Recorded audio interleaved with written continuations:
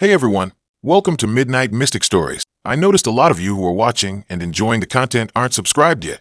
If you love spine-chilling stories, creepy encounters, and unexplained mysteries, make sure to subscribe and turn on the notification bell.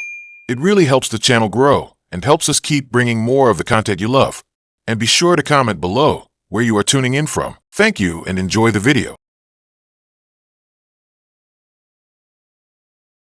The rain was coming down in sheets, blurring the neon lights of the city into hazy halos. I huddled deeper into my coat, the collar pulled high around my neck, and cursed myself for not checking the weather forecast. Tonight was supposed to be a fresh start, a step back into the dating world after a self-imposed exile of nearly a year. A friend had convinced me to try a new dating app, one that supposedly matched people based on shared values and interests rather than just superficial attraction.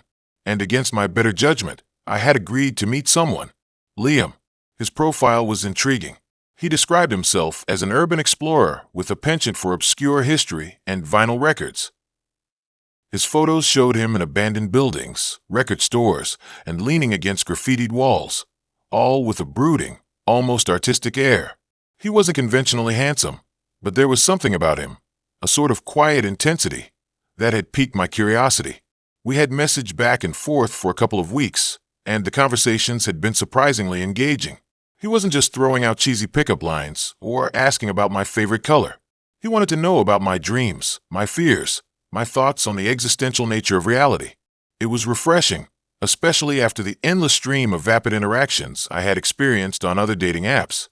So, despite my reservations and the persistent drizzle, I found myself standing outside a dimly lit bar in a slightly dodgy part of town, waiting for Liam.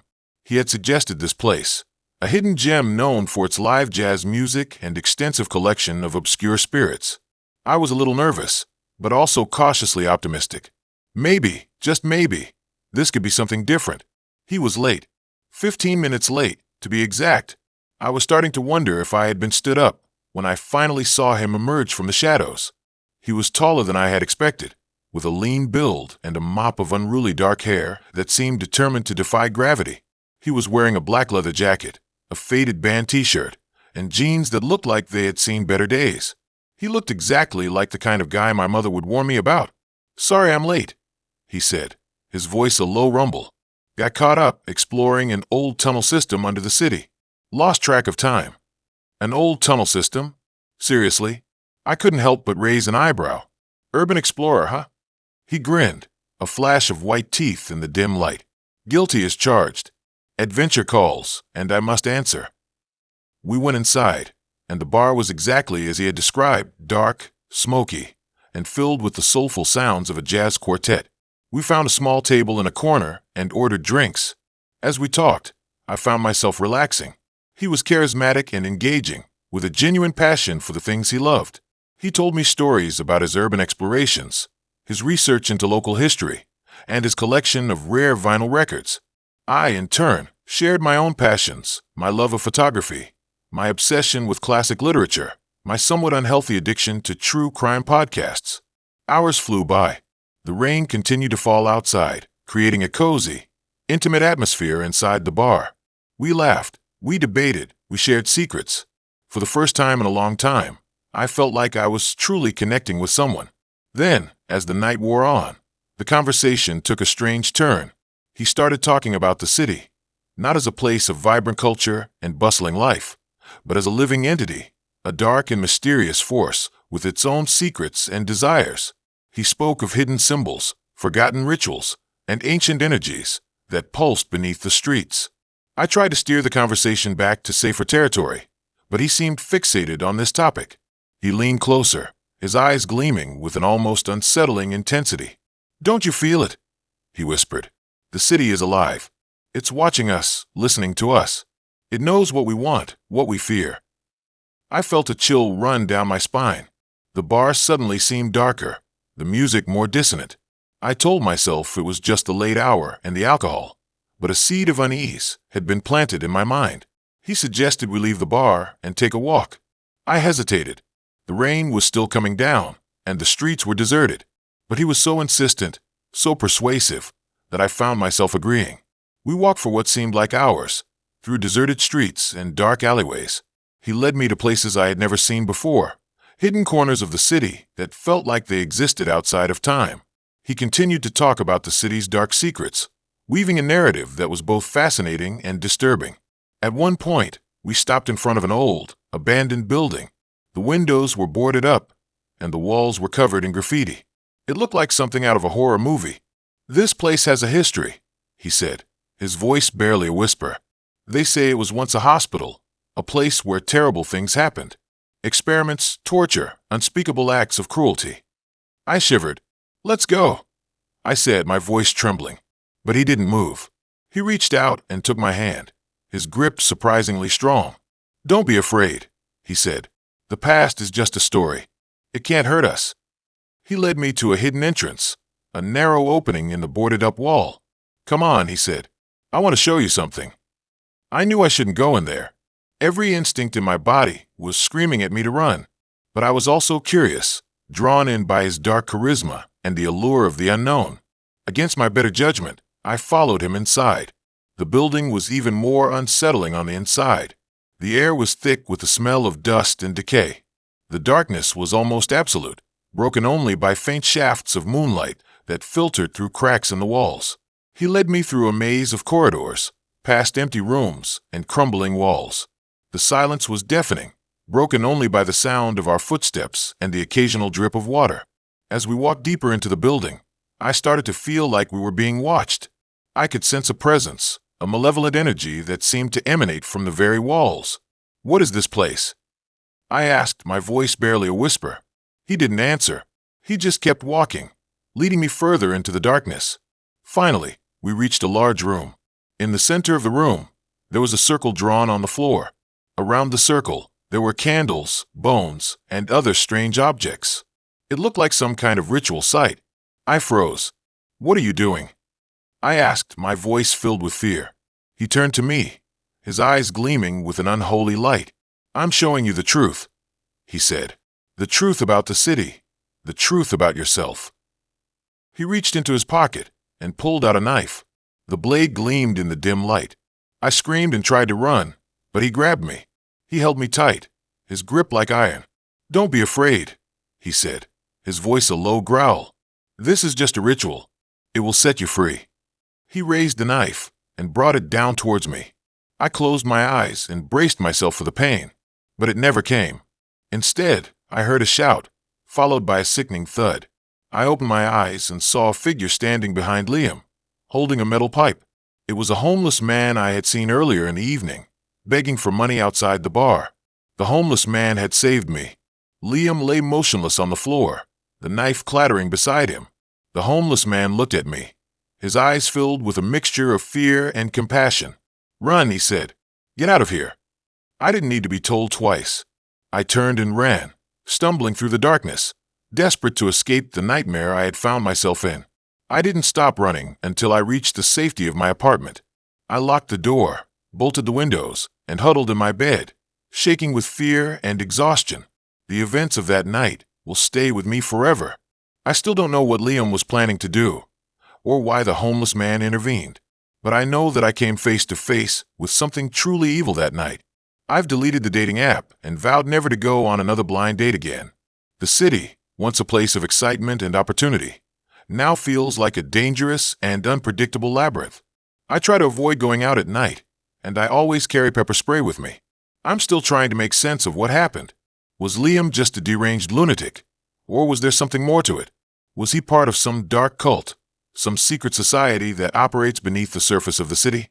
I may never know the answers, but I do know that I'm lucky to be alive, and I know that I will never forget the night I went on a date with a man who claimed to know the secrets of the city, a man who almost cost me my life. I can still see the knife, gleaming in the dim light. I can still hear his voice, whispering about the city's dark desires, and I can still feel the fear, the cold, paralyzing fear that gripped me as I realized I was trapped in a nightmare.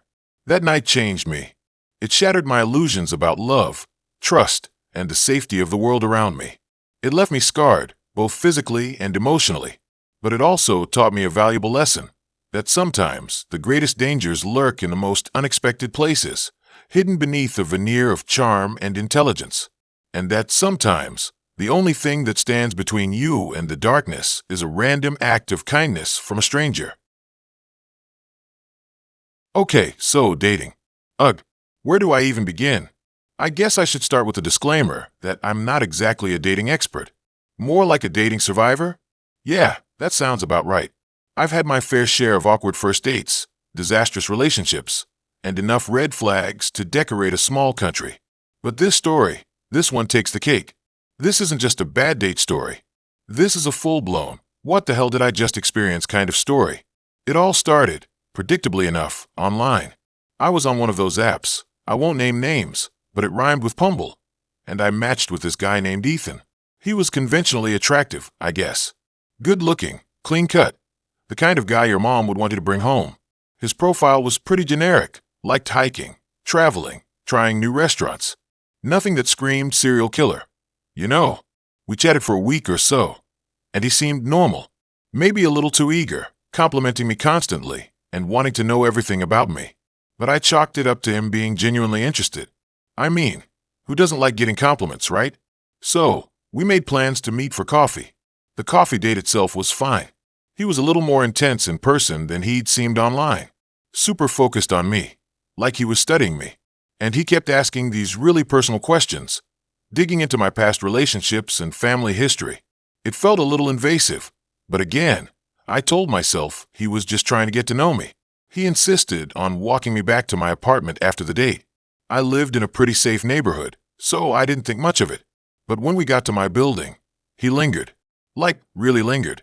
He kept saying how much he enjoyed the date and how he couldn't wait to see me again.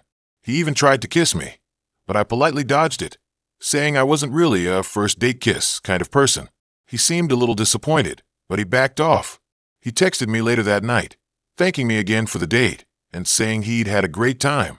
I replied with a generic me too, and figured that was the end of it. But then things started to get weird. The next day, I woke up to a text from Ethan. Good morning, beautiful. Hope you slept well. Okay, a little much, but whatever. Then, another text an hour later. Thinking about you. Hope you have a great day. And then another one at lunchtime. Just wanted to check in and see how you're doing. It was constant, all day long. Texts, emails, even phone calls. He was blowing up my phone with compliments, questions, and just general neediness. It was overwhelming. I tried to be polite at first, responding to some of his messages and trying to gently hint that he was coming on a little strong. But he didn't seem to get the message. Finally, I decided to be direct. I texted him, Hey Ethan, I appreciate you reaching out, but I'm feeling a little overwhelmed by the amount of messages. I think we should take a step back. His response was not what I expected. What do you mean? I'm just trying to show you how much I care about you. Is that so wrong? I tried to explain that it wasn't wrong, but it was too much, too soon. I needed space. He didn't take it well.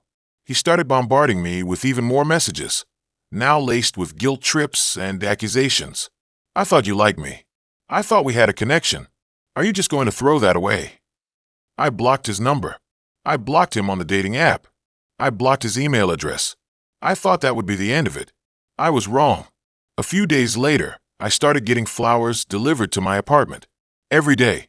Dozens of roses, lilies, tulips, all with anonymous cards that just said, thinking of you. I knew it was him. It had to be. I started feeling uneasy, like I was being watched. I'd catch glimpses of someone out of the corner of my eye, but when I turned to look, no one was there. I started checking my locks constantly, making sure my windows were closed. I even started avoiding going out alone at night. Then, one evening, I came home from work and found something off about my apartment. The door was unlocked, not wide open, just slightly ajar. My heart leaped into my throat. I cautiously pushed the door open and stepped inside. Everything seemed normal at first, but then I noticed it. A photograph on my coffee table. A picture of me, taken through my living room window.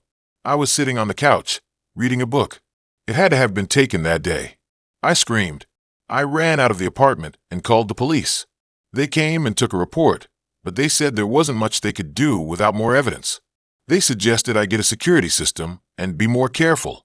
I spent the night at a friend's house. I was terrified to go back to my apartment, but I had to. I couldn't just abandon my life. I got a security system installed the next day. I changed all the locks on my doors and windows. I felt a little safer, but the feeling of unease still lingered. For a few weeks, things were quiet. I didn't get any more flowers, no more creepy messages, no more signs that I was being watched. I started to think that maybe I had just overreacted. Maybe it was all just a coincidence. Then, one night, I woke up to a noise, a tapping sound, coming from my bedroom window. I sat up in bed, my heart pounding. I grabbed my phone and turned on the flashlight. I slowly crept to the window and peeked through the blinds. And that's when I saw him. Ethan was standing outside my window, staring at me. He was holding a small rock in his hand, tapping it against the glass. His face was pale and gaunt, his eyes wide and vacant. He looked insane. I screamed and stumbled back from the window. I fumbled for my phone and dialed 911. There's a man outside my window. He's stalking me. Please help. I could hear the operator's voice, trying to calm me down, asking for my address. But I was too panicked to answer. Ethan started banging on the window, harder now. The glass was starting to crack. I was terrified he was going to break through.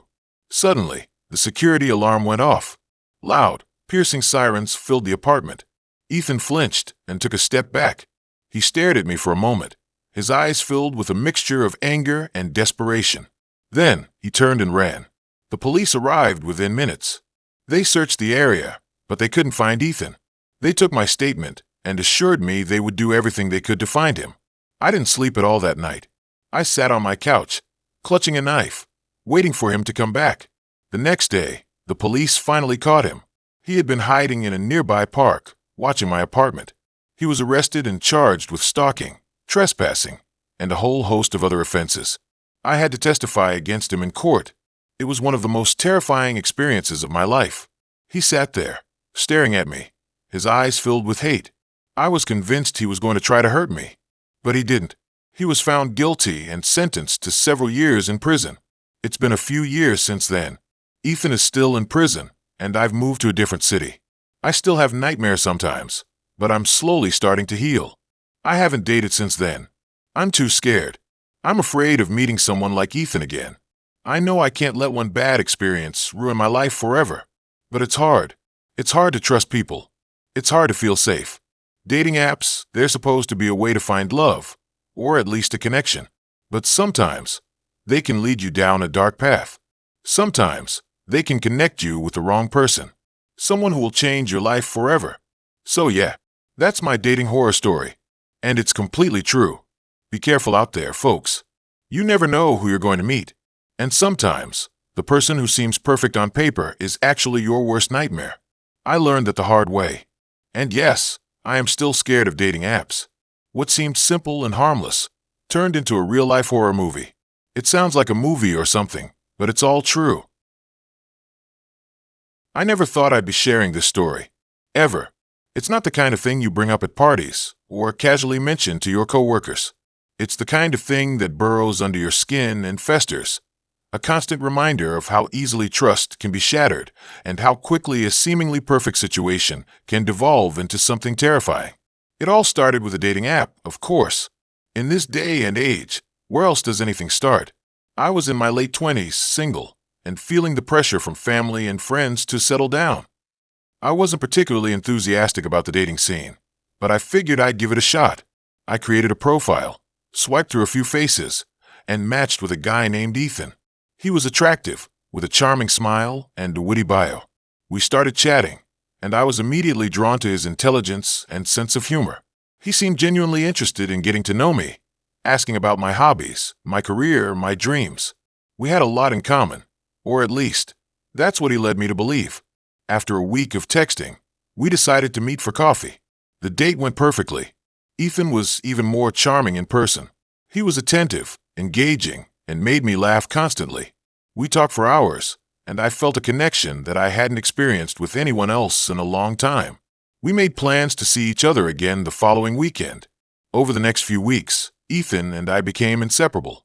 We went on hikes, saw movies, cooked dinner together, and spent hours just talking. He was everything I thought I wanted in a partner. Kind, funny, intelligent, and supportive.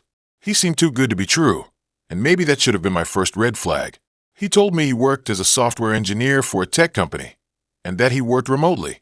At first, I thought it was cool, but then things got weird with it. His work was very hush-hush and kept it vague. He would often have late nights on his computer and stay on there for hours, and I would hear a lot of clicking and typing from his work.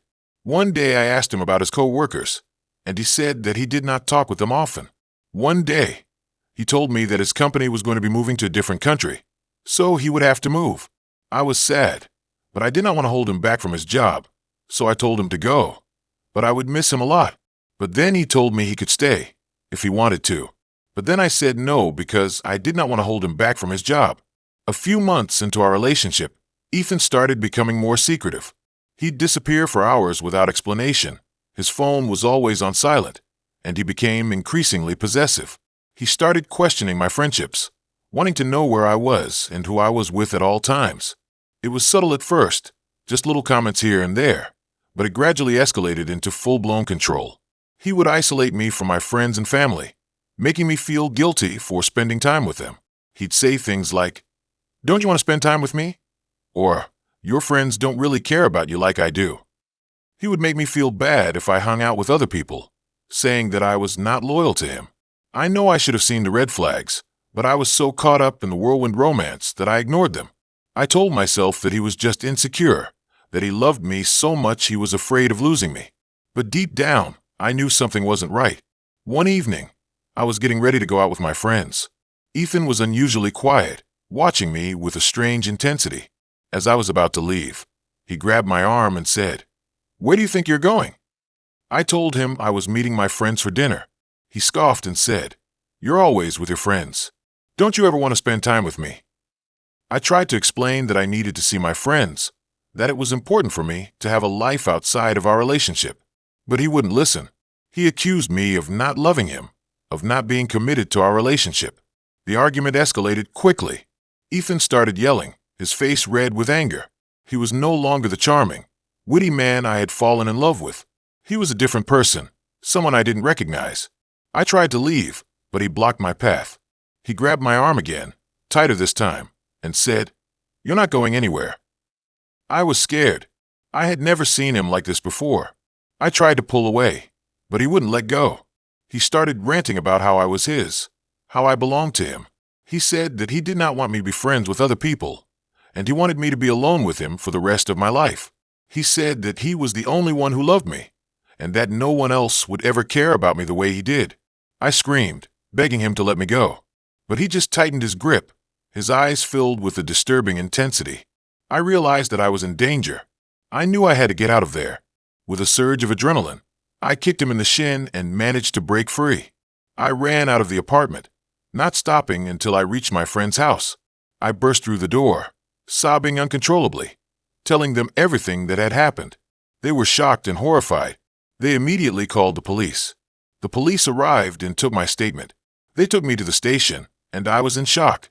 They did not realize this was happening. I spent the night at my friend's house, too afraid to go back to my apartment. The next day, I went back with the police to gather my belongings. Ethan was gone. The police searched for him, but they couldn't find him. It was like he had vanished into thin air. A detective came to my house a few days later. He said they needed to investigate what I told them, and the apartment. As they were looking around, they asked me what Ethan's job was, and I responded that he worked as a software engineer. They asked what company he worked at, and I responded that I did not know. I never really asked him. He was not good with details and would always leave things vague. The detective grew suspicious and asked for his laptop so they could examine it, but there was no laptop. I realized that the job and the company were all a lie. They found a burner phone at the house, and when they looked at it, they called the last number that was on there. Someone answered and the detective talked to them. The man on the other side said hello, and the detective asked him if he knew who owned this phone number, and the man said, "Yes, that is Ethan." The detective asked for his location, and the man declined and said that was confidential.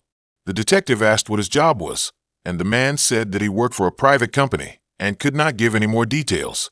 The detective asked the name of the company, and the man said that he could not give the name of the company and hung up. They searched the house, but there was nothing more. It turned out that Ethan was using a fake name and a fake identity. The police couldn't find any record of him anywhere. He was a ghost. I was terrified. I had no idea who this man really was or what he was capable of. I spent the next few weeks living in fear, constantly looking over my shoulder. I changed my phone number, moved to a new apartment, and installed a security system. I tried to move on with my life, but the experience had left me traumatized. I had lost my trust in people, and I was afraid of getting close to anyone again. It's been several years since that happened, and I'm still struggling to recover. I go to therapy, and I'm slowly learning to trust again. But the memory of Ethan will always be with me, a constant reminder of the darkness that can lurk beneath the surface of a seemingly perfect person. I never thought I'd be sharing this story, but I hope that by doing so, I can help others recognize the red flags of an abusive relationship and escape before it's too late. It's not easy, but it's possible. Trust your instincts and don't ignore the warning signs. Your safety and well-being are worth more than anything. If you think that they are not being honest with you, you can always leave. There's no point in staying in a relationship where you feel as if you are being lied to. So picture this. Me, freshly 24, living in a new city, and absolutely convinced that I was ready to dive headfirst into the dating scene. I'd been single for way too long, according to my mom, and honestly, I was starting to feel it too. All my friends were either coupled up or happily swiping, and I was stuck in this weird limbo of solo Netflix nights and awkward small talk at work. So, naturally, I downloaded every dating app imaginable. Bumble, Hinge, Tinder, you name it, I had it. I went on a few dates here and there, the usual mix of awkward coffee meetups and slightly too loud bar crawls. Nothing clicked. Either they were boring, or I was boring, or we just didn't vibe. I was starting to lose hope, honestly. Maybe I was just destined to be a cat lady, surrounded by yarn and endless reruns of reality TV. But then I matched with Liam. His profile was different. Not in a bad way, just intriguing. His pictures weren't the typical gym selfies or group shots with brothers. They were artsy, almost moody, black and white photos of him staring out at the ocean, a close-up of his hands playing the piano, a blurry shot of him walking down a dimly lit street. He looked like he belonged in a movie, all brooding and mysterious. His bio was short and sweet, looking for someone to explore the city with. Bonus points if you like old books and rainy days. I was hooked. We started messaging, and the conversations were amazing. He was witty, intelligent, and genuinely seemed interested in getting to know me. We talked about everything, our favorite books, our childhood dreams, our biggest fears. He even knew about some obscure authors I loved, which was a huge plus. After a few days of nonstop texting, we decided to meet up. He suggested a small, independent bookstore cafe downtown. Perfect, right? The day of the date, I was a nervous wreck. I spent hours trying to decide what to wear, obsessing over every detail of my outfit. I wanted to make a good impression, but I also wanted to be myself. Finally, I settled on a simple dress and some comfortable boots. I figured it was a good balance of cute and casual. When I arrived at the bookstore, Liam was already there, waiting for me. And let me tell you, he was even more attractive in person.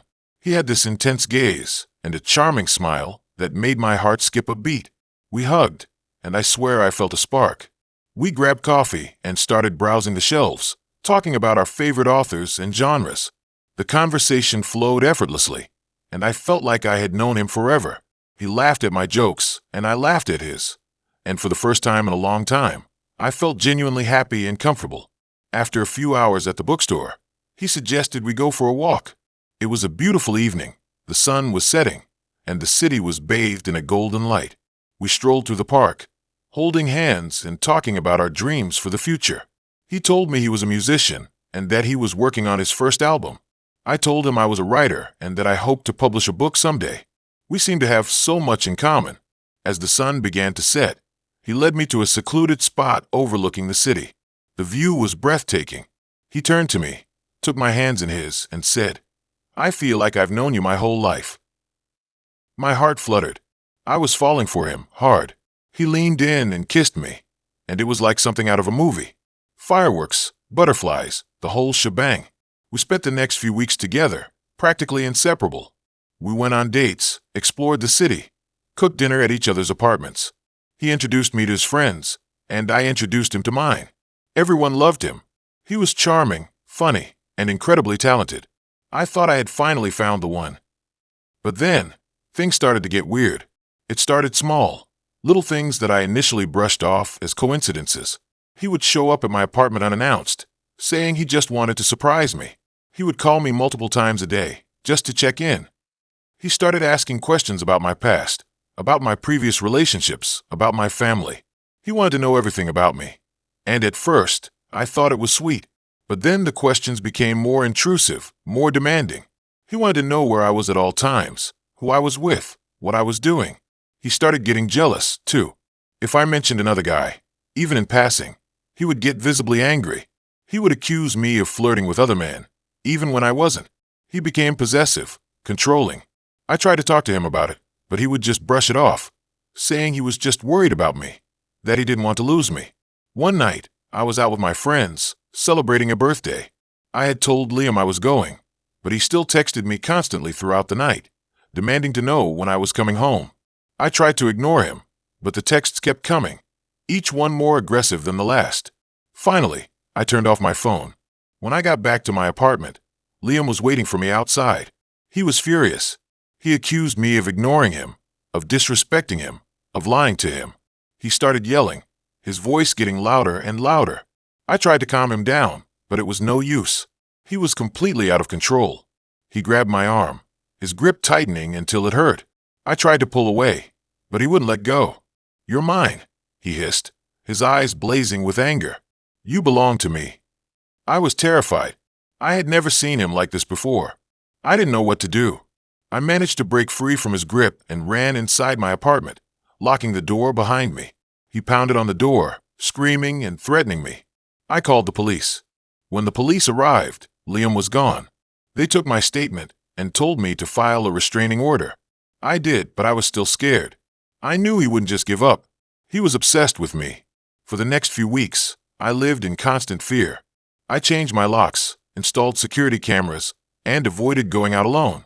I kept my phone close at all times, ready to call the police if I needed to. I was a prisoner in my own apartment. One night, I woke up to a strange noise coming from outside my window. I peeked through the curtains, and my blood ran cold. Liam was standing on the sidewalk, staring up at my window. He was holding something in his hand, but I couldn't make out what it was. He just stood there, motionless, his eyes fixed on me. I called the police again, and they arrived within minutes. They arrested Liam and took him away. I learned later that he had been stalking me for weeks, following me to work, to the gym, to my friends' houses. He had even broken into my apartment once while I was gone. He was charged with stalking and harassment, and the court issued a permanent restraining order. I thought it was finally over, but I was wrong. A few months later, I received a package in the mail.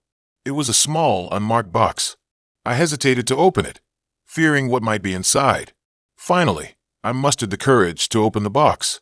Inside, there was a single object, a black and white photograph of me, taken without my knowledge, with my eyes scratched out. I froze, my heart pounding in my chest. I knew who had sent it. It was Liam. Even though he was behind bars, he was still finding ways to terrorize me. I realized then that this would never be over. He would always be a part of my life, a dark shadow lurking in the background. I've since moved away. This experience taught me a lot about the dangers of online dating and the importance of trusting my instincts. I ignored so many red flags because I was so eager to find love. I wanted to believe in the fairy tale, but the reality was far more terrifying. I still struggle with trust issues. Dating is still a terrifying thought. I hope I never meet another Liam, the man who showed the depths of a soul and revealed I was nothing more than a simple conquest to take. I wish someone had warned me about the slow fade, the breadcrumbs, the love bombing, all those trendy dating terms they didn't teach you in Sex Edition. They should have slipped a pamphlet in with the condoms, something titled, Navigating the Modern Dating Minefield, a survival guide. Because seriously, dating in the 21st century feels less like a romantic journey and more like a game of emotional Russian roulette. It all started innocently enough. I'd been single for a while, focusing on my career and generally enjoying the freedom of being unattached. But after a few years of solo movie nights and celebrating holidays with my cat, the itch to share my life with someone started to creep in. So, Like any self-respecting millennial, I downloaded Hinge. At first, it was fine. The usual awkward small talk, the endless scrolling, the occasional promising match that fizzled out after a few messages. I was starting to think I was immune to the dating app vortex, destined to remain single forever. And then I matched with Liam. Liam was charming, funny, and genuinely seemed interested in getting to know me beyond the superficial level. He asked about my passions, my goals, my weirdest childhood memory. He actually listened when I talked, making me feel like my thoughts and feelings mattered. We messaged back and forth for a week, before finally deciding to meet for coffee. The date was perfect. We talked for hours, laughing and finding common ground on everything from our love of obscure documentaries to our shared dislike of pineapple on pizza. He was attractive, intelligent, and genuinely kind. I left that date feeling like I'd finally found someone special, someone who actually saw me for who I was. That's when the love bombing started. Looking back, the signs were there, subtle at first. The constant compliments, the declarations of how amazing and unique I was, the relentless pursuit of my time and attention. He texted me constantly throughout the day, wanting to know what I was doing, how I was feeling. He showered me with gifts, small tokens of affection that seemed thoughtful and sweet at the time. He even started talking about the future, about trips we could take, and things we could do together. I was swept away. I hadn't felt this desired or appreciated in years. I let my guard down, believing that I had finally found the fairy tale romance I'd always dreamed of. I ignored the nagging voice in the back of my head that told me it was all too good to be true. And then, just as quickly as it had started, it stopped. The texts became less frequent, the compliments faded away, and the future plans were never mentioned again. He started making excuses for why he couldn't see me, claiming to be busy with work or family obligations. The once constant stream of attention turned into a trickle, and I was left wondering what I had done wrong. I tried to talk to him about it, to understand what was going on, but he was evasive, deflecting my questions with vague answers and promises to make it up to me later. He reassured me that he still cared about me, that he was just going through a difficult time. I wanted to believe him, so I did. But the distance continued to grow. The dates became less frequent, the conversations shorter and more strained. I felt like I was talking to a stranger, a ghost of the man I had fallen for. And then, one day, he stopped responding altogether. No explanation, no goodbye, just radio silence. I was devastated. I had invested so much time and emotion into this relationship, only to have it ripped away from me without warning. I spent weeks analyzing every interaction, trying to figure out where I had gone wrong. I replayed our conversations in my head, searching for clues that I had missed. I even stalked to social media, desperately seeking answers to questions that would never be answered. Eventually, I realized that it wasn't my fault. I hadn't done anything wrong. I was just a victim of love bombing, a manipulative tactic used to quickly gain control and then discard their partner when they lost interest. It took me a long time to recover from that experience. I lost my trust in people, my faith in love, and my sense of self-worth.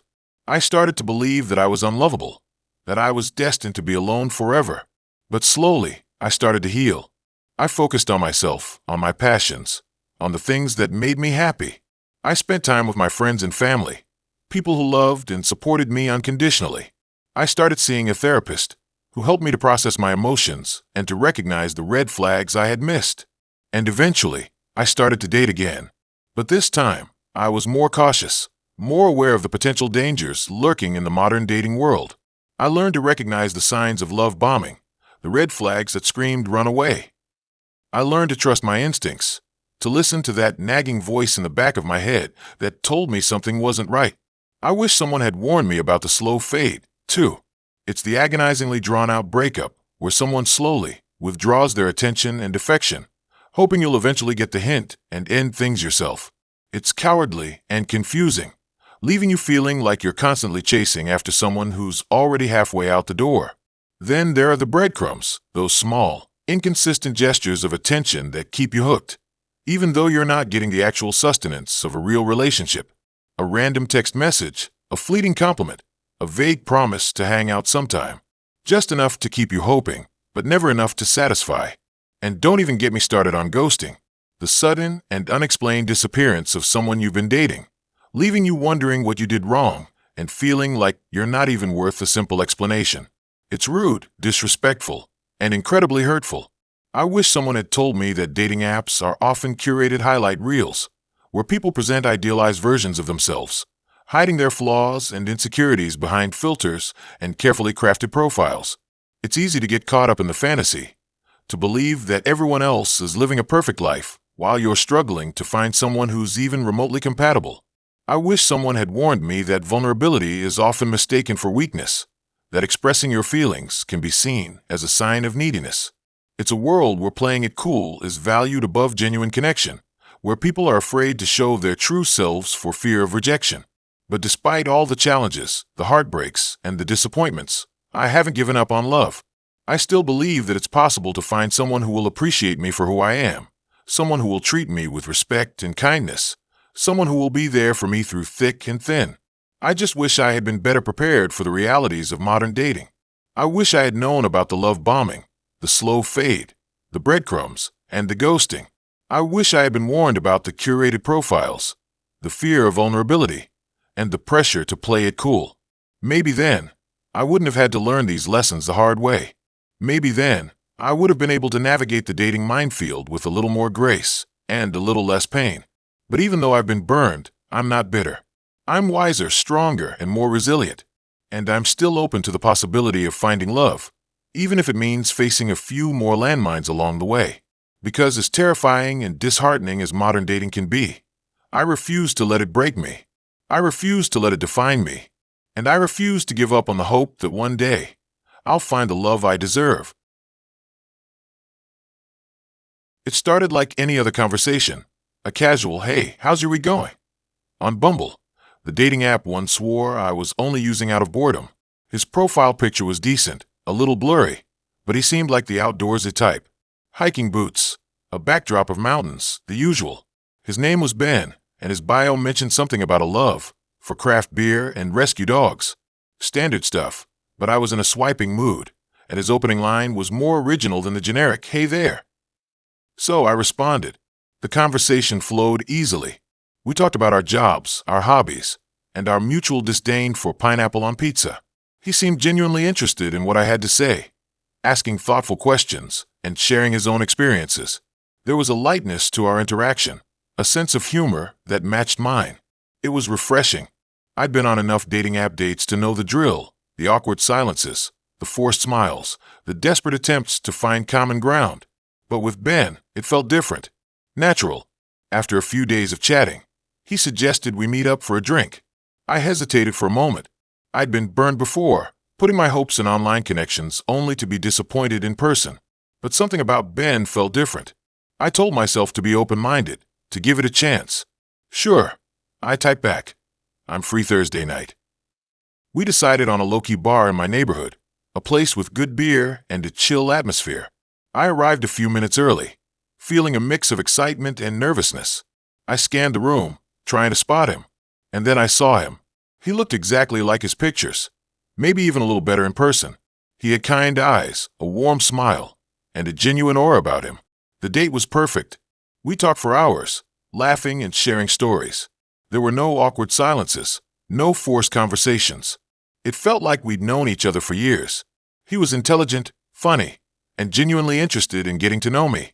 He listened intently when I spoke, making me feel heard and valued. I found myself drawn to his warmth, his easygoing nature. As the night went on, I started to feel a connection with him that I hadn't felt with anyone in a long time. It wasn't just physical attraction, it was something deeper. A sense of shared values, a common understanding. I could see myself building something real with this person. At the end of the night, he walked me home. We stood on my doorstep, the air thick with unspoken feelings. He leaned in and kissed me, a gentle, lingering kiss that sent shivers down my spine. It was perfect. "I had a really great time tonight," he said, his voice soft. "Me too," I replied, my heart racing. "I'd love to see you again," he said, smiling. "I'd like that too," I said. We made plans for a second date, a hike in the mountains he'd mentioned in his profile. I went inside, feeling giddy and hopeful. Maybe this was it. Maybe I'd finally found someone special. The next few weeks were a whirlwind of dates and phone calls. We went hiking, explored new restaurants, and spent hours talking about everything and nothing. I was falling for him hard. He was everything I'd ever wanted in a partner: kind, intelligent, funny, and genuine. But then, things started to change. It started subtly. He became less responsive to my texts, taking hours to reply. He canceled our dates at the last minute, citing work emergencies or family obligations. I tried to brush it off, telling myself he was just busy. But a nagging feeling of unease started to creep in. One night, I was scrolling through Instagram when I saw a picture of him with another woman. They were at a concert, standing close together, smiling. The caption read, "Date night with my love." My heart sank. I felt a wave of nausea wash over me. I couldn't breathe. I wanted to scream, to cry, to throw my phone against the wall. I confronted him about it the next day. He denied everything, claiming the woman was just a friend. But I didn't believe him. I could see the guilt in his eyes, the hesitation in his voice. I ended things with him then and there.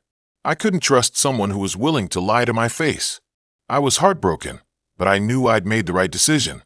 I tried to move on, to forget about him, but the memories kept flooding back, replaying in my mind like a broken record. I couldn't understand how someone who seemed so perfect could turn out to be such a liar. A few weeks later, I received a strange message from an unknown number. It was a picture of me, taken through my window while I was asleep. The message read, "I'm always watching you." I froze. I felt a chill run down my spine. I was terrified. I called the police, but they couldn't do anything without more evidence. They told me to be careful, to lock my doors and windows, to report anything suspicious. I started to feel paranoid, constantly looking over my shoulder, wondering if I was being watched. I couldn't sleep, couldn't eat, couldn't function. One night, I was home alone when I heard a noise downstairs. I grabbed a knife from the kitchen and crept down the stairs, my heart pounding in my chest. The living room was dark, but I could see a figure standing by the window. It was Ben. "What are you doing here?" I demanded, my voice trembling. He turned around, his eyes cold and lifeless. "I told you I was always watching you," he said, his voice a low growl. He lunged at me, and I screamed. I raised the knife and stabbed him, again and again, until he fell to the ground. I stood there, panting, staring at his lifeless body. I couldn't believe what I'd done. I'd killed him. I called the police, and they arrived within minutes. They took me into custody, and I told them everything. I was charged with murder, but my lawyer argued that I acted in self-defense. The jury believed me, and I was acquitted. I'm free now, but I'm not the same. I'm haunted by what happened, by the memory of Ben's lifeless eyes. I'm afraid to trust anyone, afraid to let anyone get close to me. Dating apps are deleted off my phone. This started like any other conversation, but it ended in a nightmare that I'll never forget. I'm a survivor, but I'm also a victim of a dating app, of a liar, of a stalker, of a killer. And I'll never be the same. It started like any other conversation, but it was a dangerous conversation. And that is why I'll never trust online dating, or dating again in general.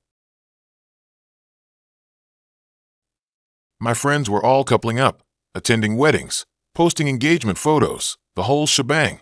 And there I was, swiping through the digital wasteland of dating apps, feeling increasingly like a reject from the island of misfit toys.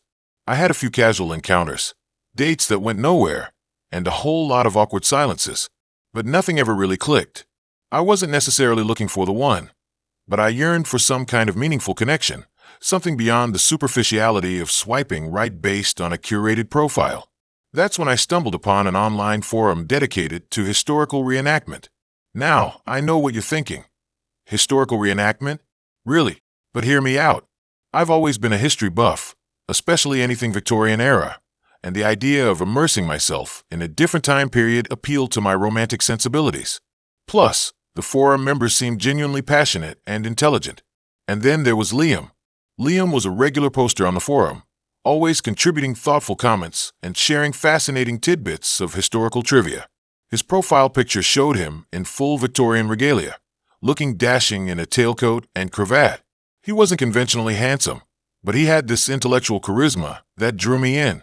We started exchanging private messages, discussing our shared love of history, literature, and all things Victorian. He was witty, engaging, and surprisingly insightful.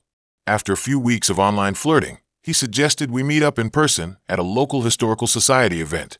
I was hesitant at first.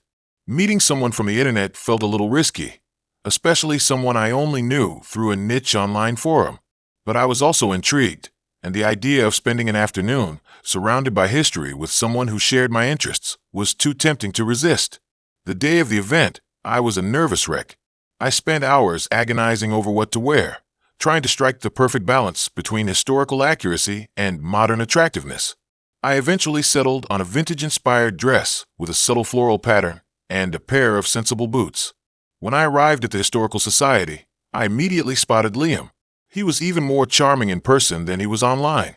He greeted me with a warm smile and a courtly bow, and I felt my anxiety melt away. The event itself was fascinating.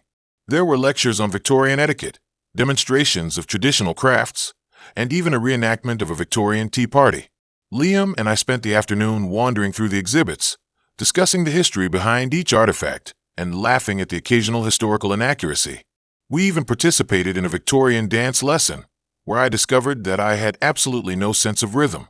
But Liam was patient and encouraging, and we managed to stumble our way through the steps without completely embarrassing ourselves. As the day wore on, I found myself falling for Liam. He was kind, intelligent, and genuinely interested in my thoughts and opinions.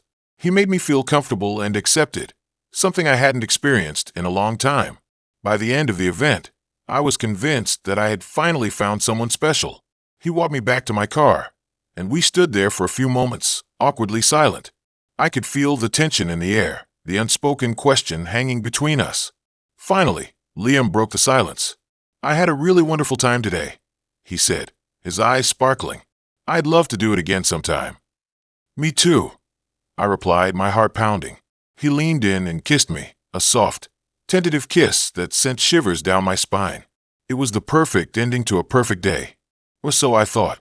We continued dating for the next few weeks, going on historical museum visits, attending vintage fairs, and even dressing up in full Victorian attire for a themed party. I was completely smitten. Liam seemed like everything I had ever wanted in a partner: intelligent, kind, and passionate about the same things I was. He was a true gentleman, always opening doors for me, paying for dinners, and showering me with compliments. But there were also some things that started to feel a little off. Liam was incredibly strict about adhering to Victorian customs and traditions. He insisted on calling me Miss, my last name, and addressed my parents as Mr. and Mrs. He refused to use modern technology, preferring to communicate through handwritten letters and telegrams. He even tried to convince me to stop wearing makeup and start wearing a corset. I initially brushed it off as quirky, a part of his dedication to historical reenactment, but it gradually started to feel more controlling, like he was trying to mold me into his ideal of a Victorian woman. One evening, we were having dinner at his apartment. Liam had prepared a traditional Victorian meal, complete with mutton chops, boiled vegetables, and a plum pudding. As we ate, he started lecturing me on the importance of female submission in Victorian society.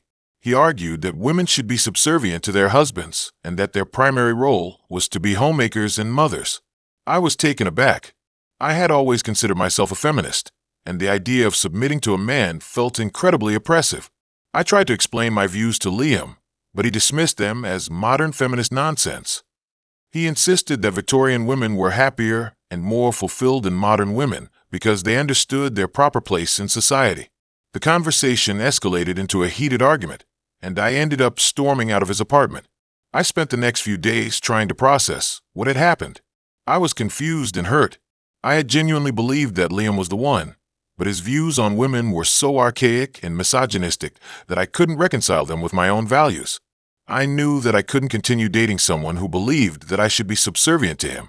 I decided to break up with him. I met Liam at a local coffee shop and told him that I couldn't see a future for us.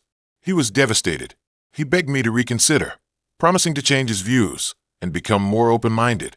But I knew that it wouldn't work. His beliefs were too deeply ingrained, and I couldn't imagine spending my life with someone who didn't respect me as an equal. The breakup was painful, but I knew it was the right decision. I learned a valuable lesson that day about the importance of aligning values in a relationship. It's not enough to share interests or have chemistry. If you don't agree on fundamental issues like gender equality, respect, and personal autonomy, the relationship is doomed to fail. It doesn't matter how charming or intelligent someone is. If their values don't align with yours, they're not the right person for you. I now prioritize shared values over shared interests, and that has led to a much more fulfilling dating life. I am now happily married to a man who respects my independence, supports my ambitions, and treats me as an equal partner. And while I still enjoy historical reenactment as a hobby, I'll never let it define my relationships again.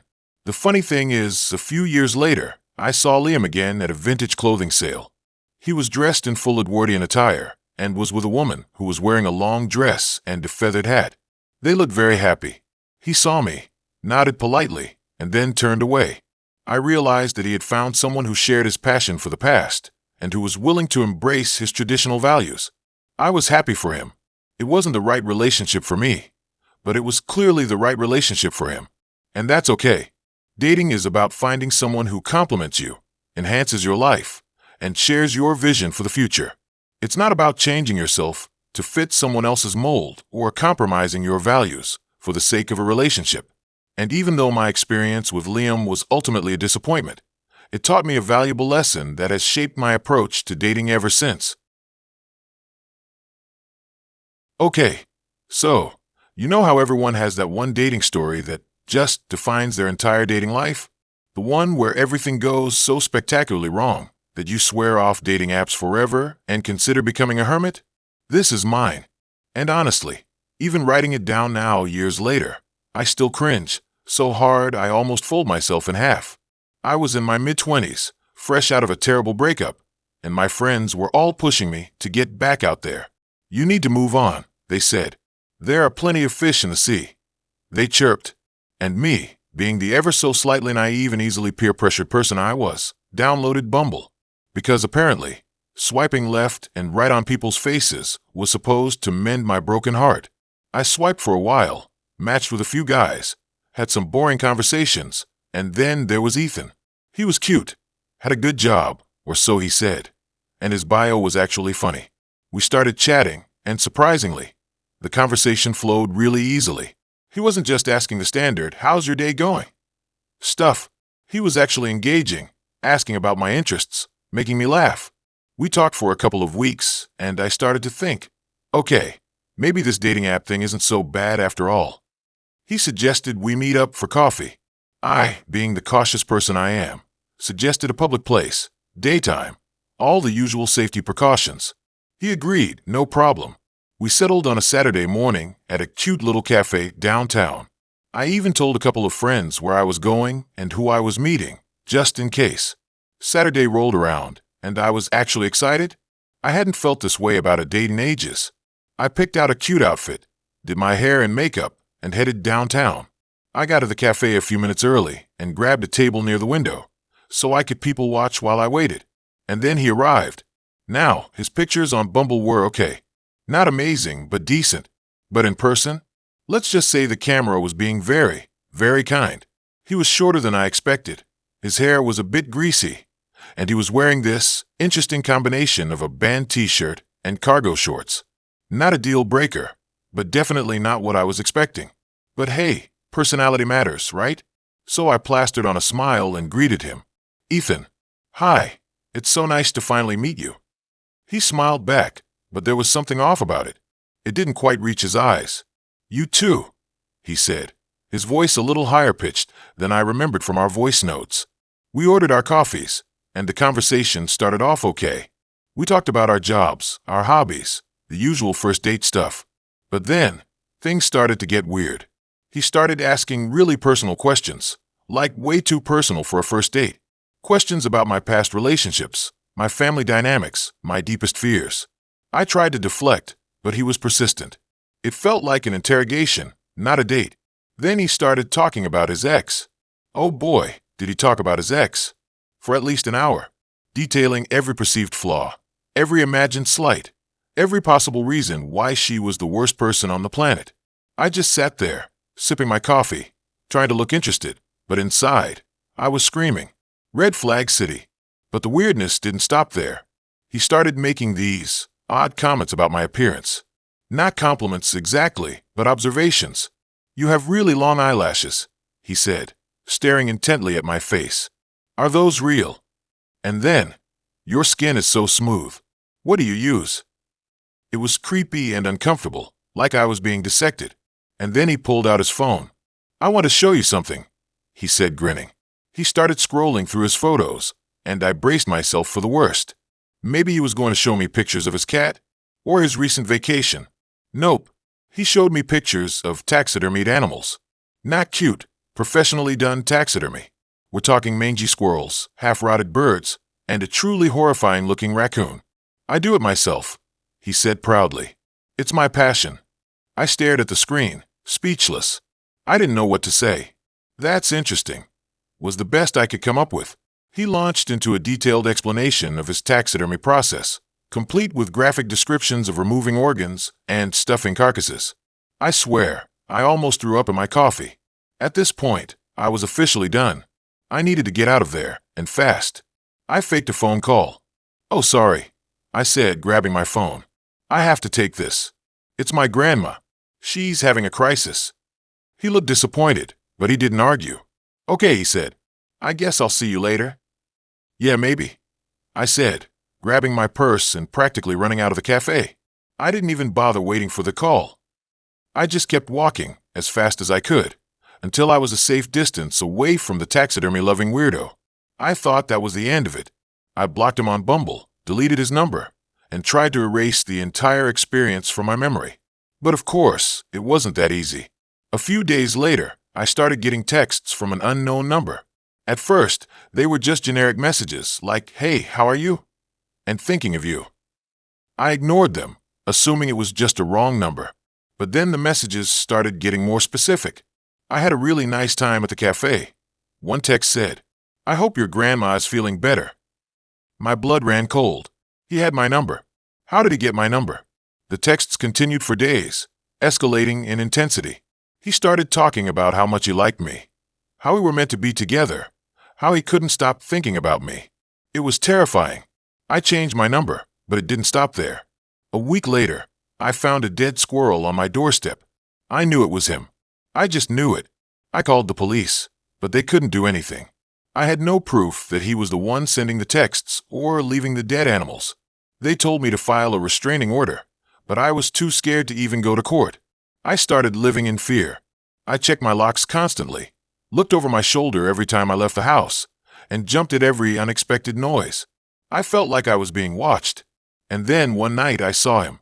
I was walking home from work, and I saw him standing across the street, under a streetlight. He was just standing there, staring at me, with that same creepy smile on his face. I froze. I didn't know what to do. I wanted to run, but I was too scared to move.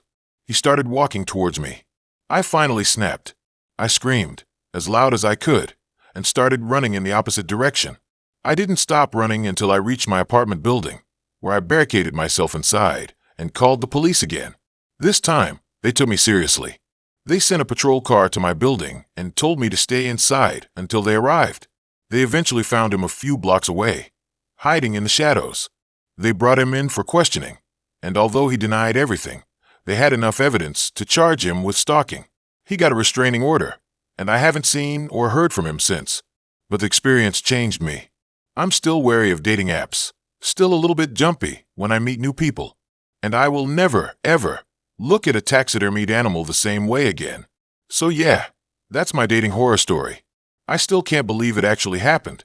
And if you ever see me on Bumble again, please, for the love of all that is holy, swipe left.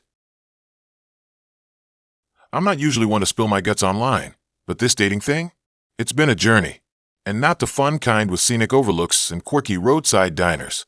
More like the kind where you're driving through a desert in a car with a busted AC, and you're pretty sure you're hallucinating. It all started, like a lot of these things do, with a well-meaning friend. "You need to get back out there," she chirped, waving her phone in my face. "I'm making you a profile on Connect and Conquer.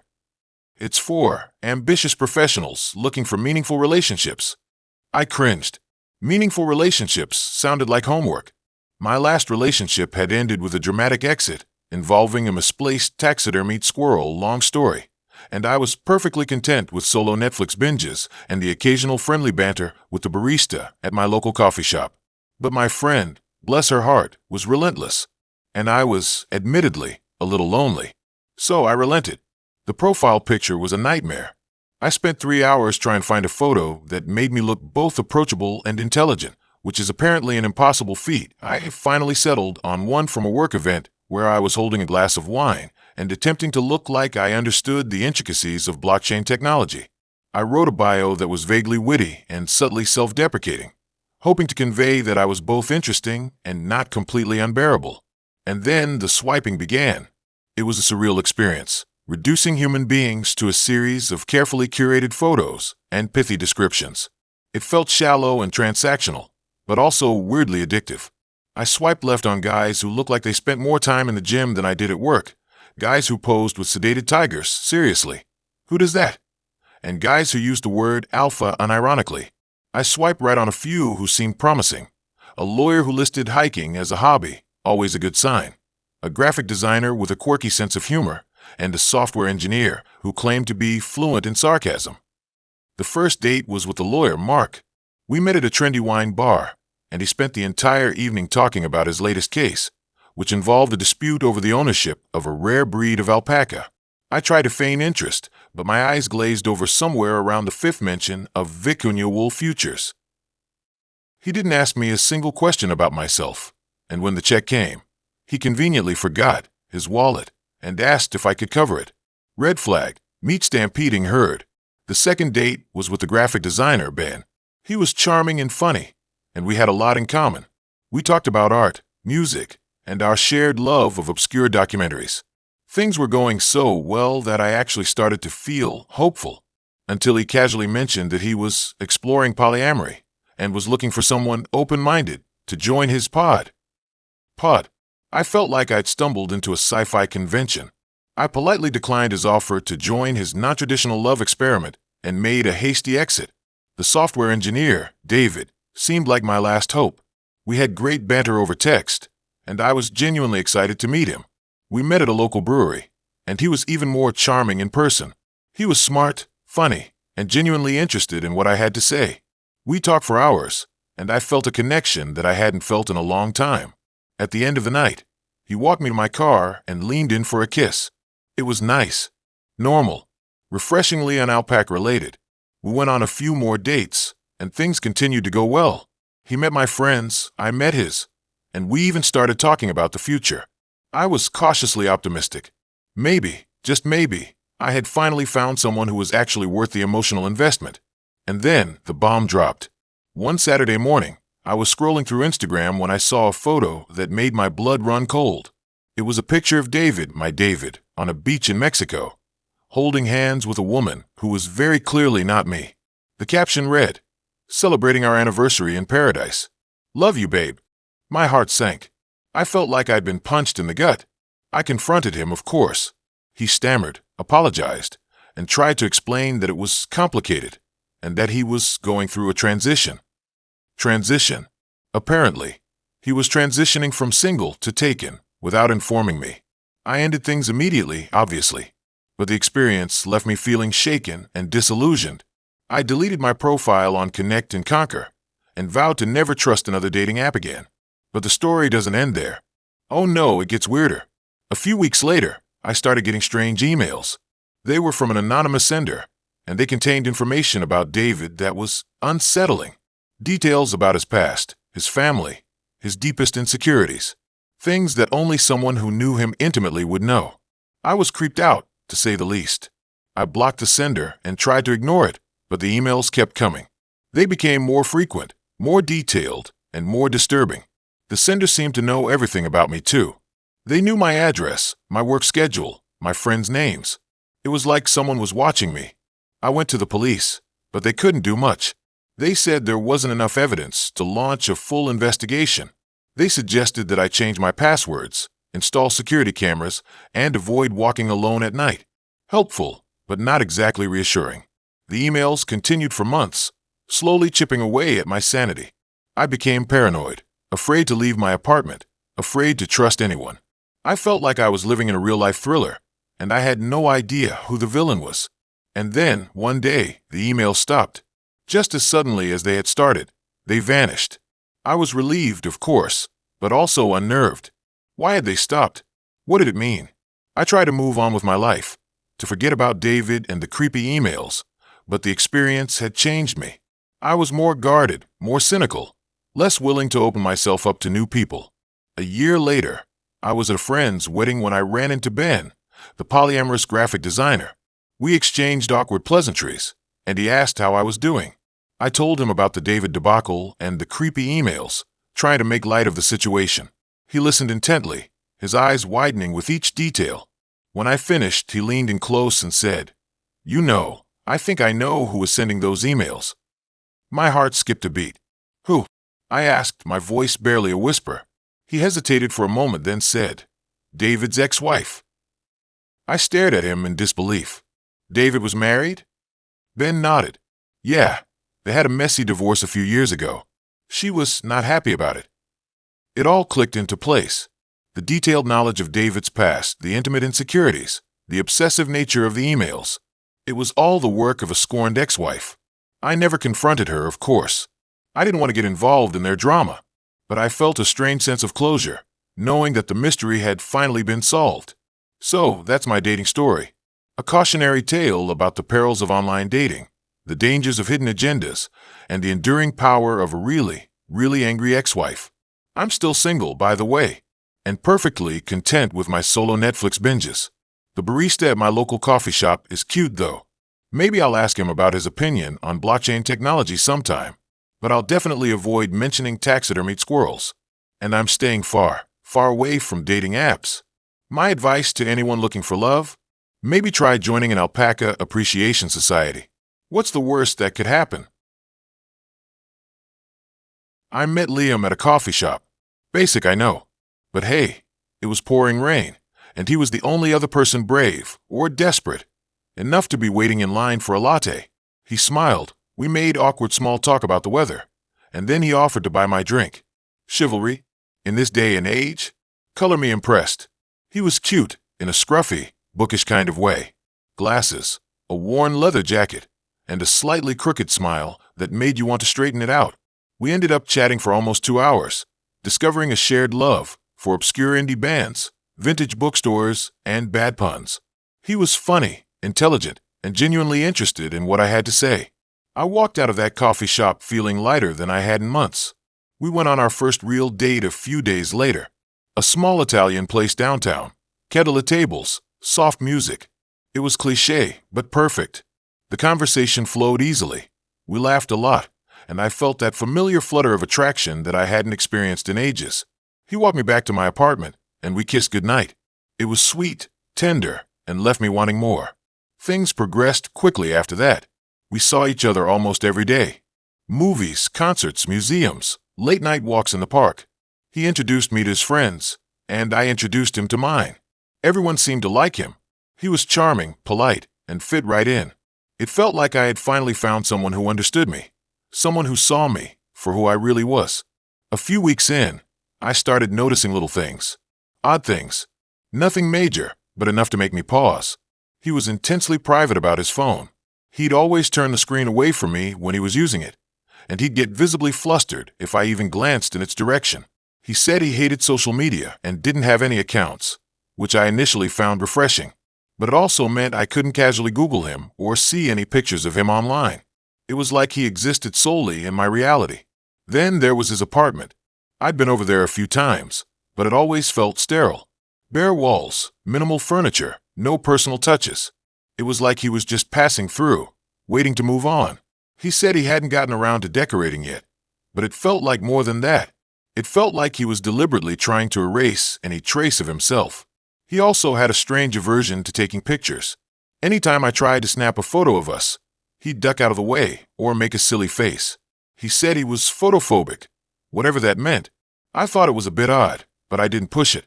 I didn't want to seem clingy or insecure. But the weirdest thing was his knowledge of my past. He seemed to know things about me that I hadn't told him. Little details about my childhood, my family, my previous relationships. He'd bring them up casually in conversation, like he'd always known them.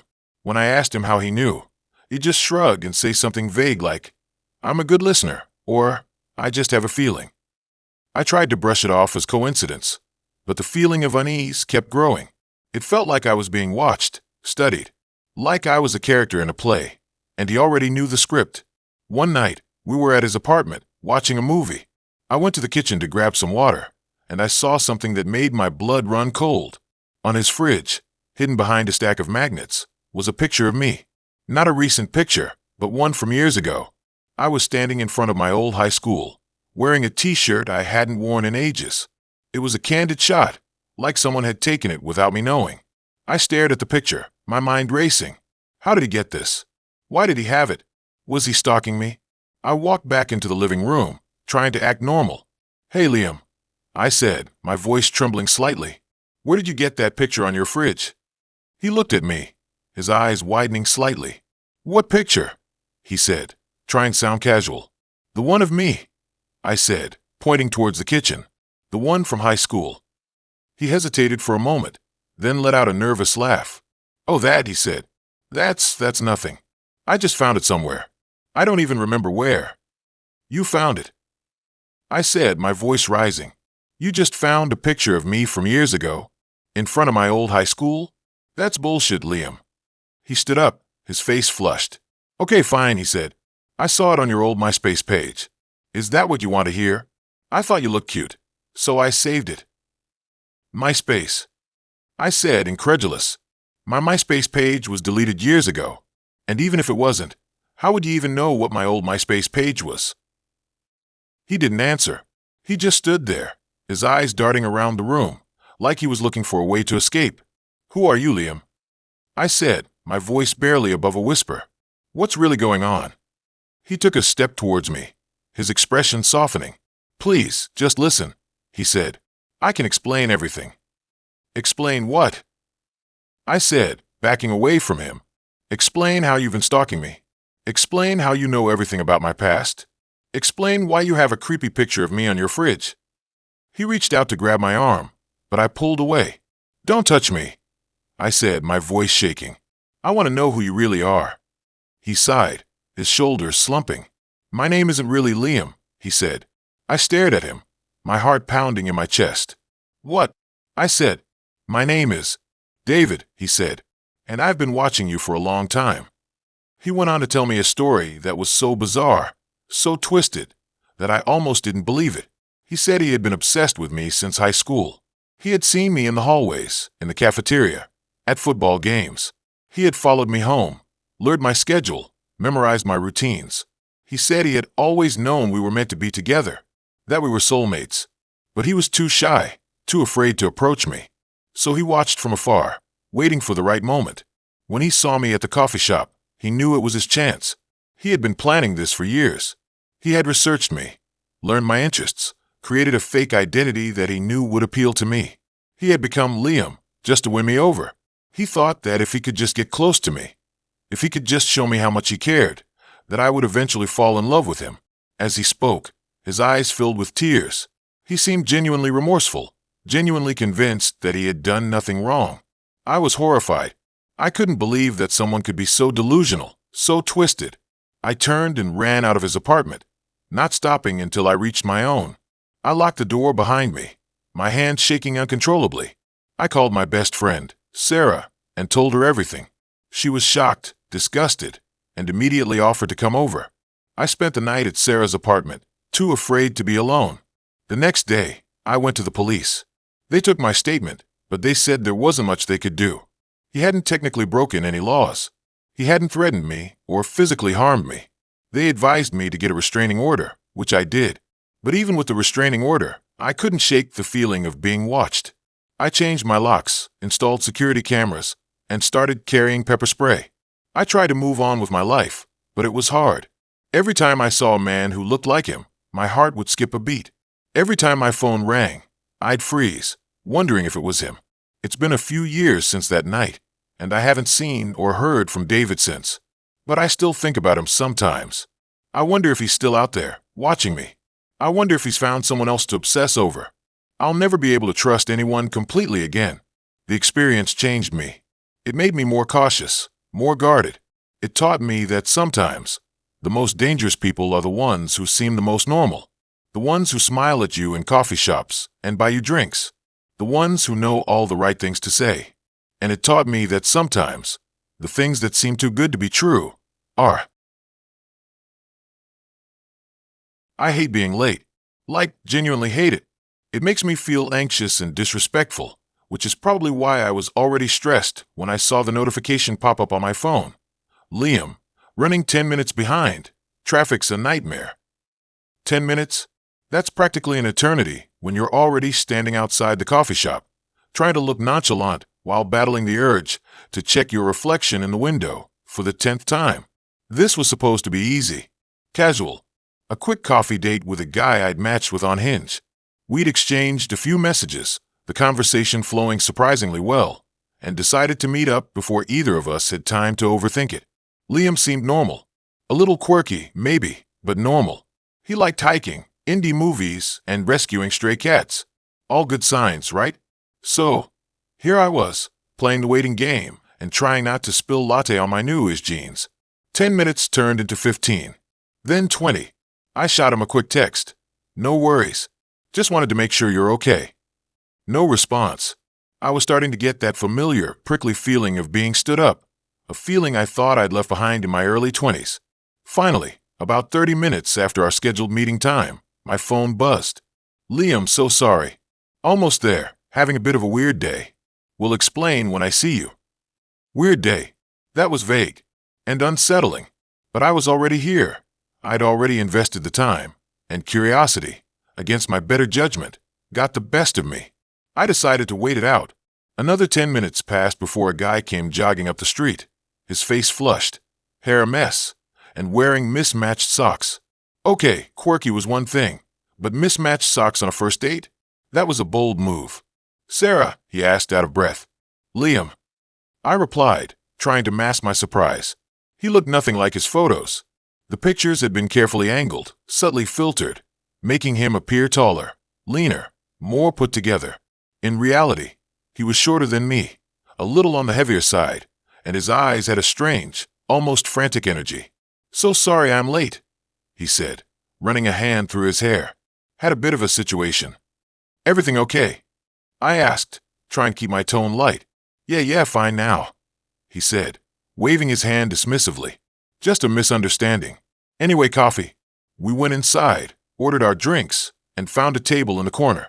The conversation started off awkwardly, filled with forced smiles and generic small talk. He asked about my job, my hobbies, the usual first date stuff. I answered politely, but I couldn't shake the feeling that something was off. He kept glancing around the coffee shop, his eyes darting from table to table, as if he was expecting someone to jump out at him. He fidgeted constantly, tapping his fingers on the table, crossing and uncrossing his legs, and he kept repeating phrases like, "It's all good now," and "Don't worry about it," even though I hadn't asked him about whatever situation had made him so late. Then, the question started getting weird. "Do you believe in fate?" he asked, his voice suddenly intense. I don't know," I said, taken aback. "I guess I haven't really thought about it." "Because," he continued, leaning closer, "I feel like we were meant to meet, like the universe brought us together." Okay, that was a little much. I took a sip of my latte, trying to buy myself some time. "That's nice," I said carefully. "But we just matched on an app." He chuckled, a strange, unsettling sound. "That's just how the universe works, Sarah. It uses the tools it has available." I forced a smile. "Right," I said. "So, you mentioned you like hiking? Where's your favorite place to go?" He ignored my question. "Do you ever feel like you're being watched?" he asked, his eyes boring into mine. "Sometimes," I admitted, "especially when I'm walking home late at night." "No," he said, shaking his head. "I mean all the time. Like someone is always there, just out of sight, observing you."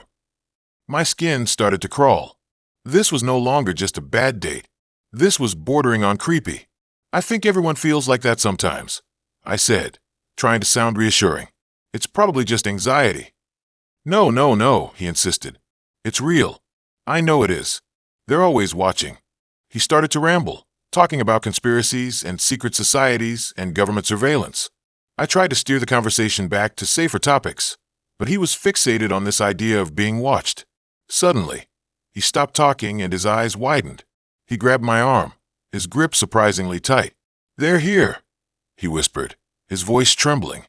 "They're watching us right now." I looked around the coffee shop. A few people were chatting. A couple was studying. A barista was wiping down the counter. Nothing seemed out of the ordinary. "Liam, no one's watching us," I said, trying to pry his fingers off my arm.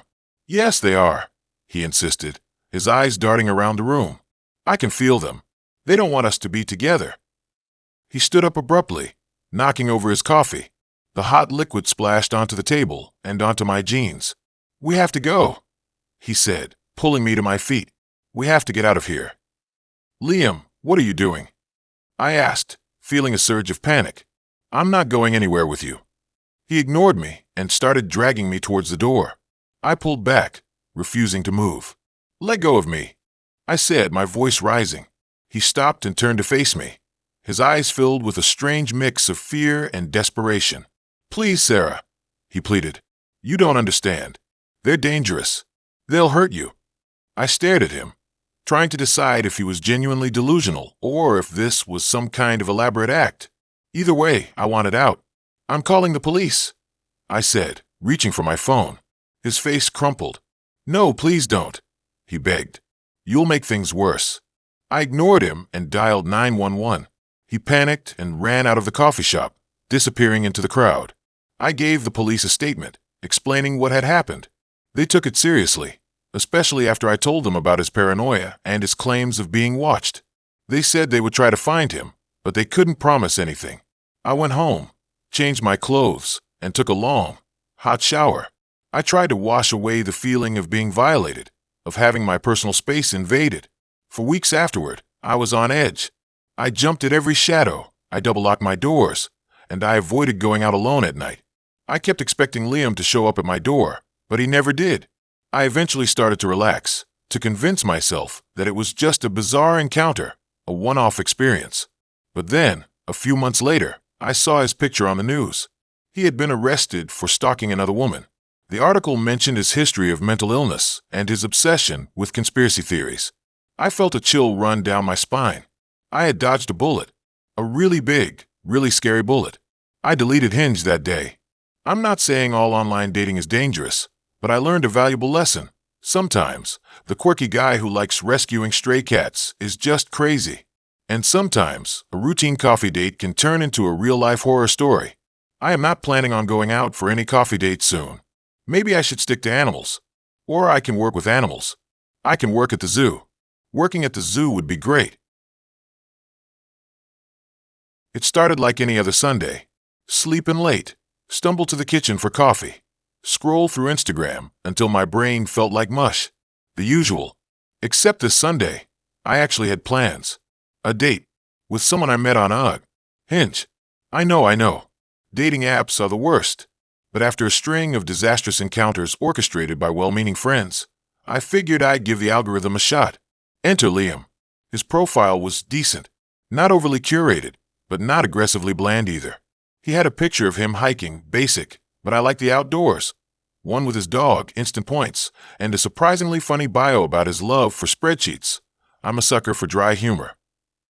We'd been chatting for a couple of weeks, and the conversation flowed pretty easily. He seemed genuinely interested in what I had to say, which, in the dating world, felt like winning the lottery. So, I agreed to meet him for brunch. Harmless, right? Brunch was set for 11 a.m. at this cute little cafe downtown, the kind with mismatched chairs and chalkboard menus. I even put in a little effort, which, for a Sunday, was saying something. I swapped my usual sweatpants for jeans, threw on a vaguely presentable sweater, and even attempted to tame my perpetually frizzy hair. As I was heading out the door, my roommate, Sarah, gave me the go-get-em pep talk, complete with a dramatic thumbs up. "He seems cute. Don't overthink it. Just be yourself." Easy for her to say.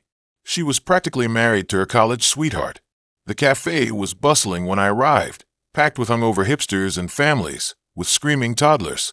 I spotted Liam waiting near the entrance, and he looked even better than his pictures, which, let's be honest, is a rare occurrence in the world of online dating. He was tall, with kind eyes and a genuine smile. He even had a cute little dimple when he grinned. "Okay, Hinge, maybe you're not so bad after all." Brunch started off great. The conversation was easy, We laughed a lot, and we discovered a shared love for terrible reality TV. He asked about my job, my hobbies, my family.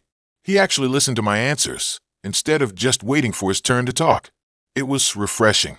I started to think, okay, maybe this could actually go somewhere. After brunch, he suggested we take a walk through the park. It was a beautiful day, sunny and crisp, perfect for a stroll. We walked along the path, chatting about everything and nothing, and I started to feel comfortable, relaxed, like I could actually be myself around him. We even held hands for a bit, which, for me, is a pretty big deal on a first date. As we were walking, he started talking about his family. He mentioned that he had a twin sister, Emily, who lived out of state. He said they were incredibly close, and that he missed her a lot. I told him I had a younger brother who drove me crazy, but who I loved to death. The conversation was normal, casual, until it wasn't. He stopped walking, his grip tightening on my hand. His smile faded, and his eyes seemed to darken. "You know," he said, his voice suddenly low and almost strained, "Emily would really like you." Okay, a little intense, but not a deal breaker. Maybe he was just really close to his sister. "That's sweet," I said, trying to keep the conversation light. "Maybe I'll get to meet her sometime." He didn't say anything for a moment, just stared at me with those unsettlingly dark eyes. Then he let out a strange, choked laugh. "Oh, you'll meet her," he said, "very soon." And that's when things started to get weird. He started acting different, more intense, more possessive. He kept squeezing my hand too tight, and his eyes kept darting around like he was looking for something or someone. He started asking me questions again, but this time, they weren't casual getting-to-know-you questions. They were probing, inappropriate. He asked me about my past relationships, pressing for details about my exes. He asked about my living situation, specifically about my roommate. He even asked me if I had any enemies. I started to feel a knot of unease tightening in my stomach. This wasn't the same Liam I had met at brunch. "Liam," I said, pulling my hand away. "Are you okay? You're acting kind of strange." He didn't answer. He just kept staring at me. His eyes narrowed. Then, he reached into his pocket and pulled out his phone. "Wait here," he said, his voice still low and strained. "I need to make a quick call."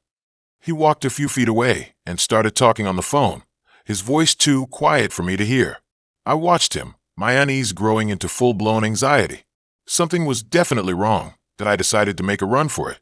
I turned and started walking quickly in the opposite direction, hoping to put as much distance between us as possible. As I was walking, I glanced back and saw him still on the phone watching me. He wasn't yelling. He wasn't chasing me. He was just watching. And that was somehow even more terrifying that I practically sprinted out of the park and hailed a cab. I didn't relax until I was safely back in my apartment, doors locked and blinds drawn.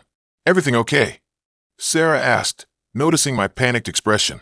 "You look like you've seen a ghost."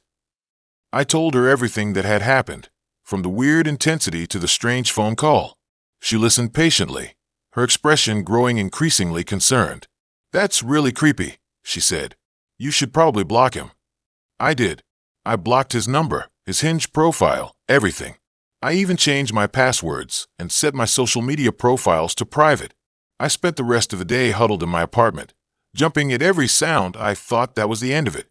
I thought I had dodged a bullet and could move on with my life, that I was wrong. The next day, I started getting strange messages on social media.